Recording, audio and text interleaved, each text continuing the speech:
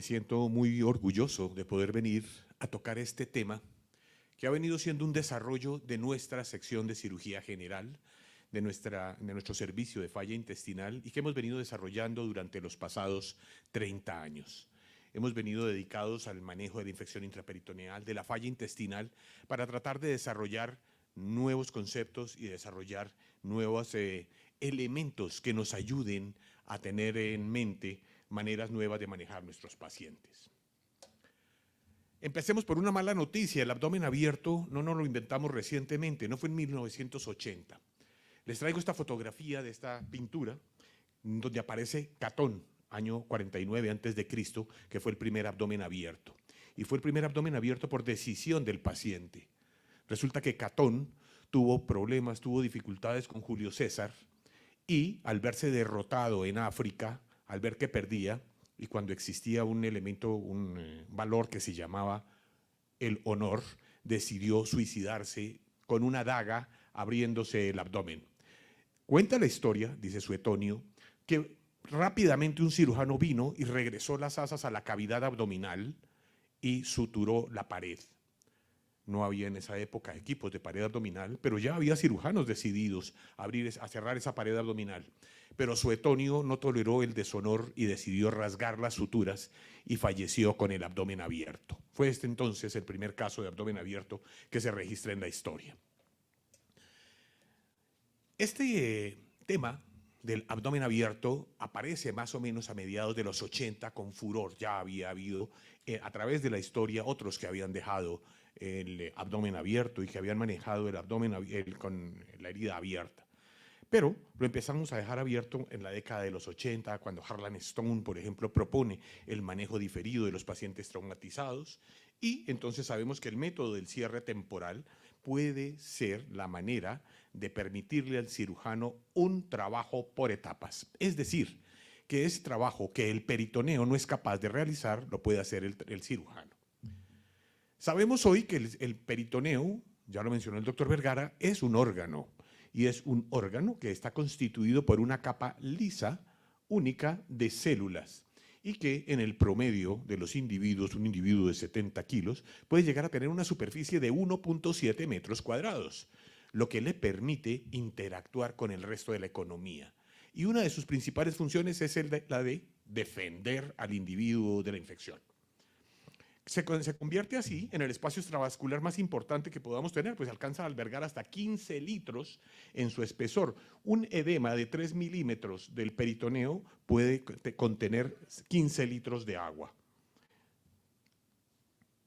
Y esos mecanismos que tiene el peritoneo para defendernos son básicamente estos tres. Unos mecanismos que son de tipo mecánico, es decir, que implican movimiento de los órganos intraabdominales, unos químicos y unos celulares. Veamos. A mediados del siglo pasado, el doctor Ausio se le ocurrió hacer un experimentico cuando se podían hacer experimentos de una manera un poco más libre. Entonces decidió que a los pacientes que les hacía colecistectomía por una incisión subcostal, le depositaba una gota de bario, no sé cómo lo esterilizaba, le dejaba una gota de bario en el espacio subhepático. Cerraba la cavidad al terminar la colecistectomía y obtenía una radiografía en el primer día del postoperatorio, en el quinto día postoperatorio y en el séptimo día. Y notó que la gotica de bario siempre se iba para el mismo lado.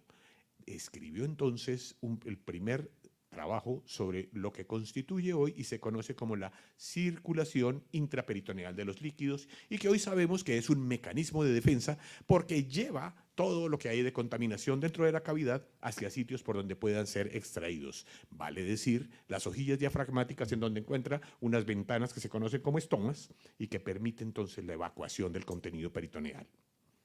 En segundo lugar, todos hemos tenido que luchar con las adherencias. Este es un mecanismo de defensa fundamental. Cuando el organismo altera la fisiología de la formación de fibrina que normalmente se está produciendo en el abdomen y se lisa, haciendo un mecanismo de fibrinolisis, se interrumpe ese mecanismo para tabicar, para sellar y aislar de esta manera un proceso infeccioso. Y finalmente, como ocurre en la sociedad, el último en llegar es el policía y entonces llega el epiplón a cubrir, a tabicar y a sellar ese proceso inflamatorio, aislándolo. Desde el punto de vista inmune tenemos que hay dos maneras de respuesta y es lo que se conoce como la respuesta innata y la respuesta adquirida. La primera está dada por los fagocitos o por aquellas células que son capaces de venir y acabar con esas células, con esos contaminantes, con las bacterias que se encuentran dentro de la cavidad, y el segundo son las inmunoglobulinas. No todas las peritonitis son iguales. Hay unas que son leves y podríamos decir aquellas, por ejemplo, ocasionadas por una apendicitis, por una úlcera perforada o por una salpingitis. Estas tienen una mortalidad, se dice que son leves porque su mortalidad es baja, su morbilidad y mortalidad son bajas. Se sabe que en estos casos la mortalidad está por debajo del 10%. Ojo, aquí está el primer llamado de atención. No todos los pacientes requieren un abdomen abierto cuando tienen una peritonitis. Encuentra uno, al pasar revista, que un paciente con una apendicitis aguda perforada tiene un abdomen abierto. Y pregunta uno, ¿por qué le dejaron el abdomen abierto? Uy, es que tenía una peritonitis espantosa. Espantosa es grado 1, grado 3, grado 5, eso ¿cómo se cataloga? No tenemos una respuesta para eso. Una peritonitis moderada viene de una diverticulitis y se localiza, es decir, los mecanismos de defensa están presentes, o una perforación del intestino delgado, siempre y cuando no sea una isquemia extensa. Una piocolecistitis, por ejemplo, o el mismo trauma pueden generar una peritonitis moderada. Y estos sabemos que tienen una mortalidad alrededor del 20%, por debajo del 20%. Y decimos que hay una peritonitis severa en aquellas perforaciones del colon, ya veremos en qué condiciones, cuando hay una isquemia intestinal importante, las pancreatitis llevan a una infección severa y finalmente las postoperatorias. Y aquí entonces, en este último grupo, el de las postoperatorias, vemos cómo la mortalidad puede llegar hasta el 80% de los casos. Es ahí donde nos vamos a centrar, porque son los casos de infección severa que requieren nuestra atención. En segundo lugar, ya dijimos entonces, no todas las peritonitis son iguales, pero tampoco todos los pacientes son iguales. No podemos decir que un paciente como estos que ven aquí en la fotografía vaya a responder bien a un procedimiento quirúrgico. Si a un paciente de estos le da una apendicitis aguda, responderá de una manera diferente a cualquier otro individuo. Volvemos a los mecanismos de defensa del peritoneo. Entonces dijimos ya que son la circulación intraperitoneal, la formación de adherencias y la migración del epiplón. Pero desde el punto de vista celular son las lisosimas, los polipéptidos básidos, el complemento y los natural killers, los que acaban con esa infección. Todo esto son el ejército, la batería que sale a atacar una infección. Y entonces hablamos del fallo peritoneal. Y vemos cómo hay múltiples denominaciones. Nos hablan de una peritonitis severa, lo que les decía ahora, la peritonitis espantosa. Otros hablan de peritonitis postoperatoria, otros dicen peritonitis terciaria.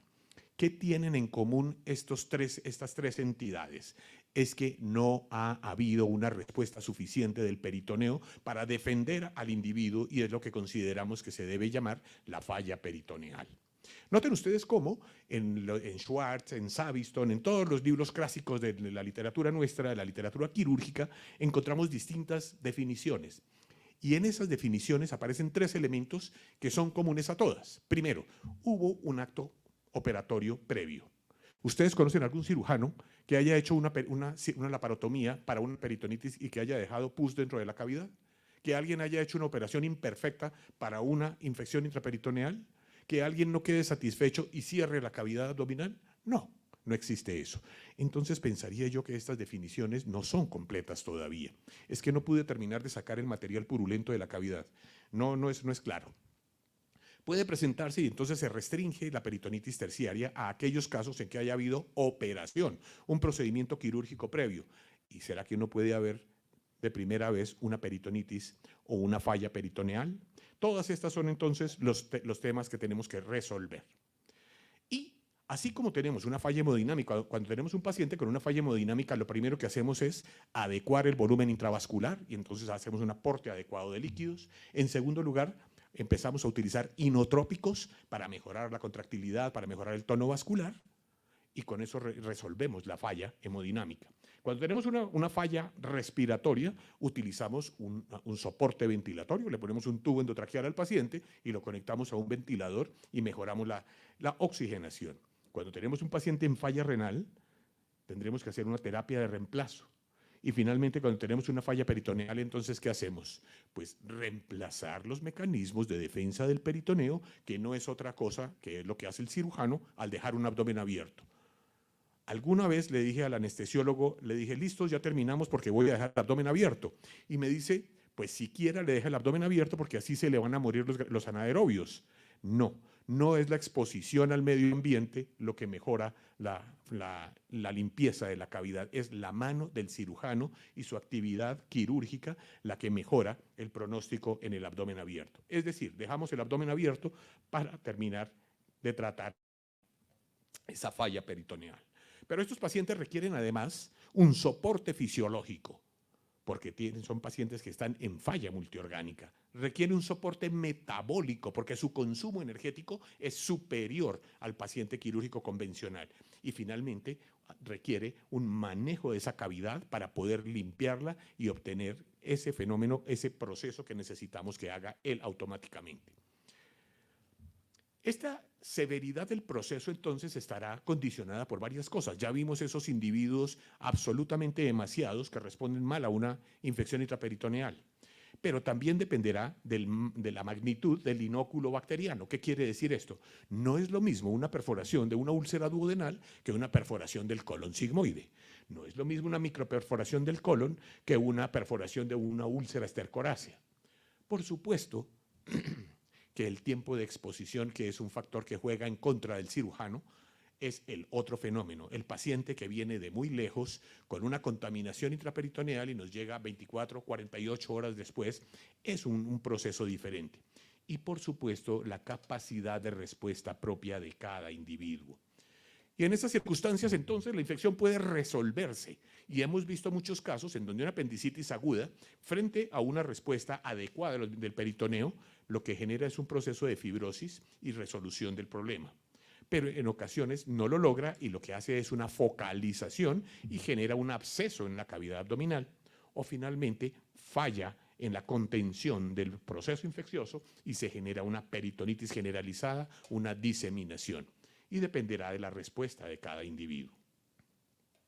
El problema empieza cuando aparece una noxa dentro del peritoneo y se genera una vasodilatación. Esa vasodilatación va a permitir la liberación de productos a la cavidad libre, que en primer lugar van a inhibir la fibrinolisis de la que ya mencionábamos. Permite una salida de macrófagos e interleuquinas a la cavidad peritoneal. Interleuquina 6, interleuquina 11 especialmente, y factor de necrosis tumoral, que son capaces de perpetuar o de generar respuestas en la economía en general. Y finalmente la movilización del epiplón, que viene a sellar y a envolver eso para dar origen a un absceso. Y diremos, funcionaron los mecanismos de defensa del peritoneo. En algunos casos puede haber una condición de inmunosupresión. ¿Y quiénes están en condición de inmunosupresión? Los pacientes ancianos, por ejemplo, o aquellos que tienen terapia con esteroides o que están en quimioterapia. Por supuesto que el otro factor de riesgo es el origen de la infección, como ya lo mencionamos, el tiempo de exposición y la cirugía previa. En estos casos el comportamiento es diferente, porque está alterada la anatomía, porque las vías de circulación intraperitoneal de los líquidos están bloqueadas. Esta diapositiva la traigo habitualmente para mostrar cómo se comportan diferente la fuente de infección. Y vemos cómo aquellos casos de apendicitis, úlcera duodenal, úlcera gástrica y diverticulitis localizada, las perforaciones del intestino delgado pueden tener una mortalidad de menos del 10%. Pero en la medida que progresa en distancia, es decir, se hace más distal la infección, una perforación del colon, y progresa en edad del paciente, la mortalidad se aumenta. Y vean ustedes en las casillas moradas cómo se ve la mortalidad de los pacientes que han tenido un procedimiento quirúrgico previo.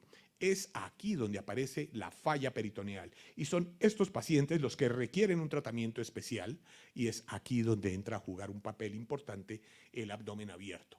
Y ven ustedes lo que ocurre con el abdomen abierto. Aquí está el paciente en falla multisistémica y lo que estamos haciendo es proteger esa cavidad abdominal que es incapaz de defenderse por sus propios medios. El cirujano con sus manos hace un lavado y depura esa cavidad para tratar de liberar esas toxinas que están generando la falla renal, la falla ventilatoria, la falla hemodinámica que están siendo soportadas simultáneamente en este enfermo.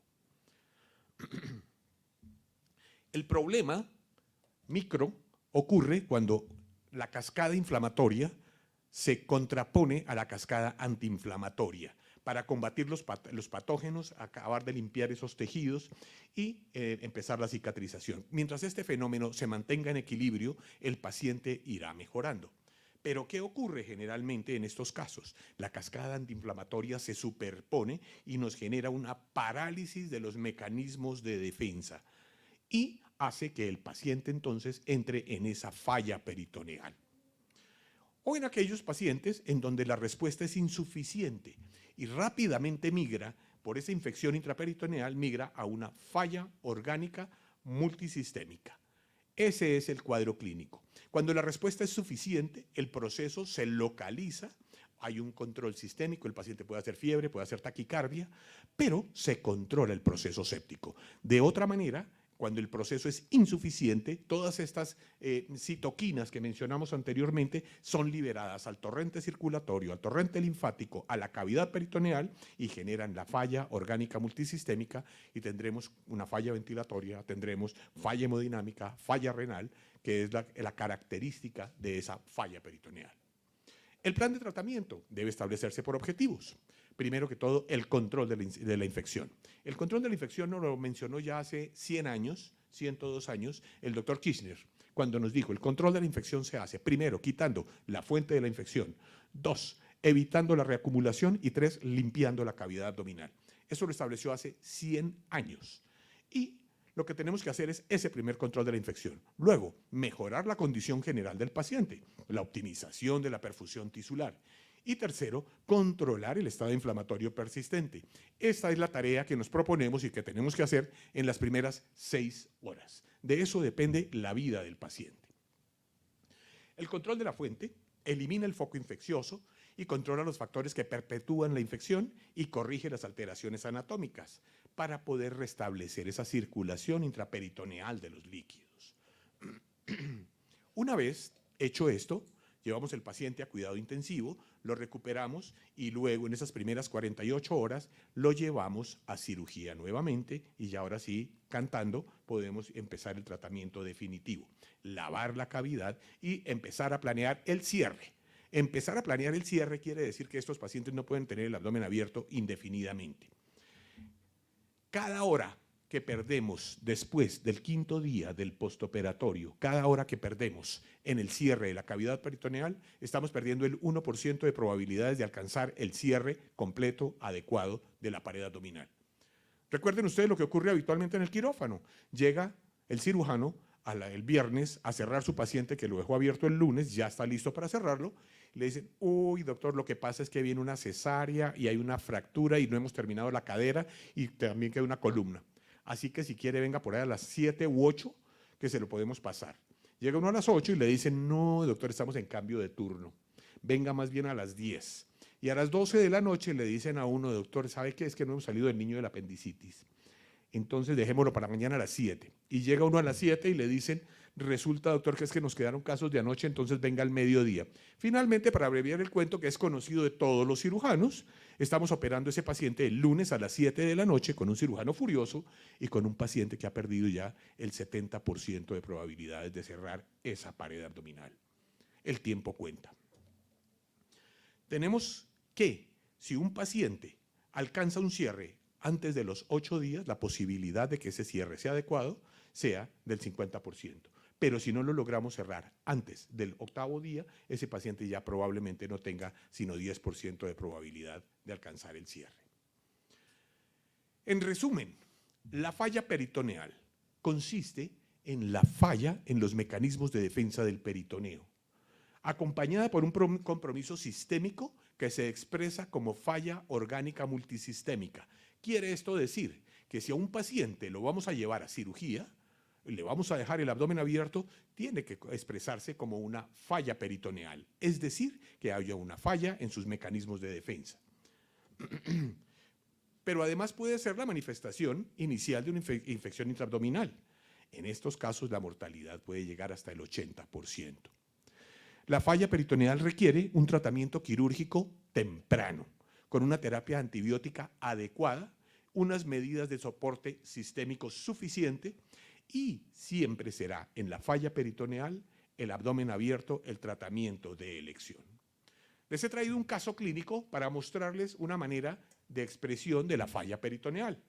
Se trata de un hombre de 34 años que ingresa a urgencias un lunes por la mañana, lo recibe alguno de los doctores hospitalarios y lo encuentra que tiene un franco abdomen agudo. Entre los antecedentes tiene que es un hombre que tiene un seminoma, cursa el tercer ciclo de quimioterapia y presenta un dolor abdominal súbito generalizado de 12 horas de evolución.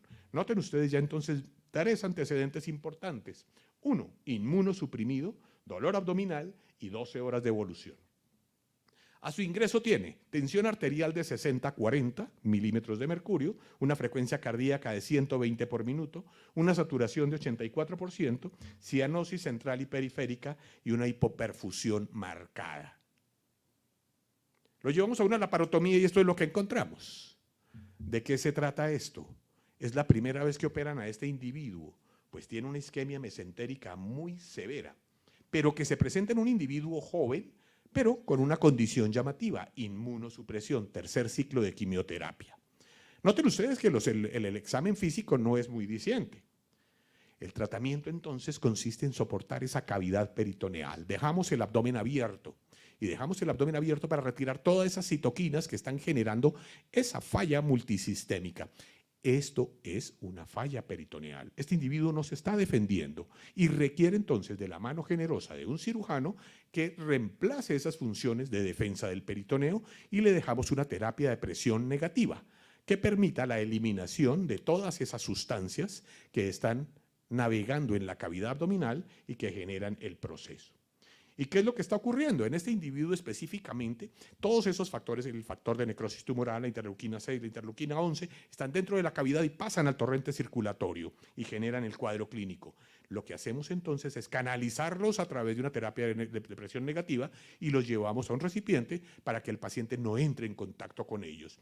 Ese es el objetivo. Entonces, el cirujano limpia la cavidad peritoneal, pero durante las siguientes 24 horas la terapia de presión negativa perpetúa, completa, termina la tarea que está haciendo el cirujano.